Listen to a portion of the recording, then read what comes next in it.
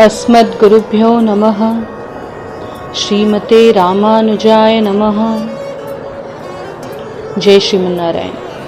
गुरु चरणों में समर्पित। श्री भट्टार्य वेदांती संवाद, द्रविड़ वेदांत का प्रभाव।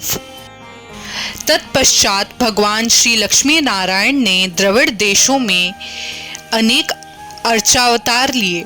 साथ ही साथ विश्वक सेनादि दिव्य सूर्यों ने भी भगवान के आदेश से भूतल पर भिन्न वर्णों के घरों में उत्पन्न होकर 4000 द्रविड़ दिव्य प्रबंधकों के द्वारा वेदांत के गुण तत्वार्थकों का प्रचार करते हुए द्रविड़ देश को ज्ञान समृद्ध किया।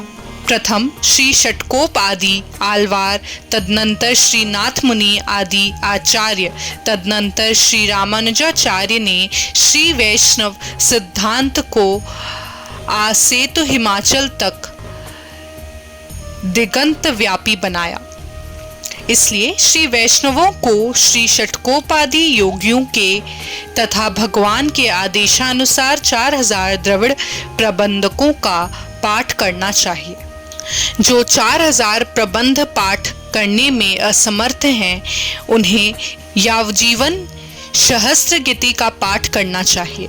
ब्राह्मण, क्षत्रिय, वैश्य, शूद्र तथा अन्य सभी भगवत शरणागत मुमुक्षु इसके पाठ करने के अधिकारी हैं।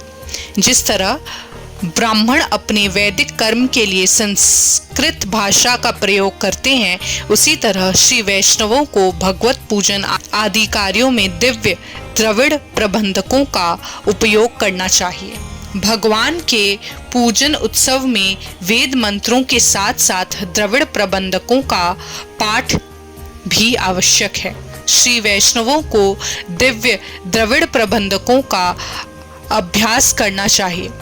श्री वैष्णवों को सर्वप्रथम नित्यानुसंदेह दिव्य प्रबंधकों की 60 गाथा, फिर प्रबोध की वास्तव प्रबंध की 15 गाथा का पाठ, फिर गोदाम्बाजी कृत तिरुपावई 30 गाथा का पाठ, फिर यतिराज में श्रद्धा उत्पन्न करने वाली प्रपन्न गायत्री का पाठ, सहस्त्र गीति एवं उसके सार का आचार्य सानिधि में अभ्यास करना चाहिए।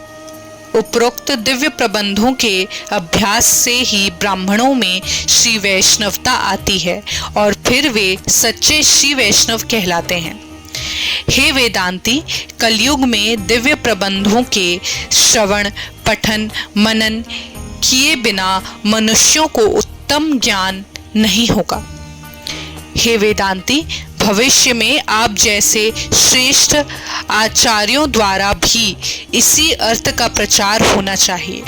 इस प्रकार प्रपन्नामृत का अध्याय 74 भाग 2 समाप्त हुआ। जय श्रीमन्नारायण।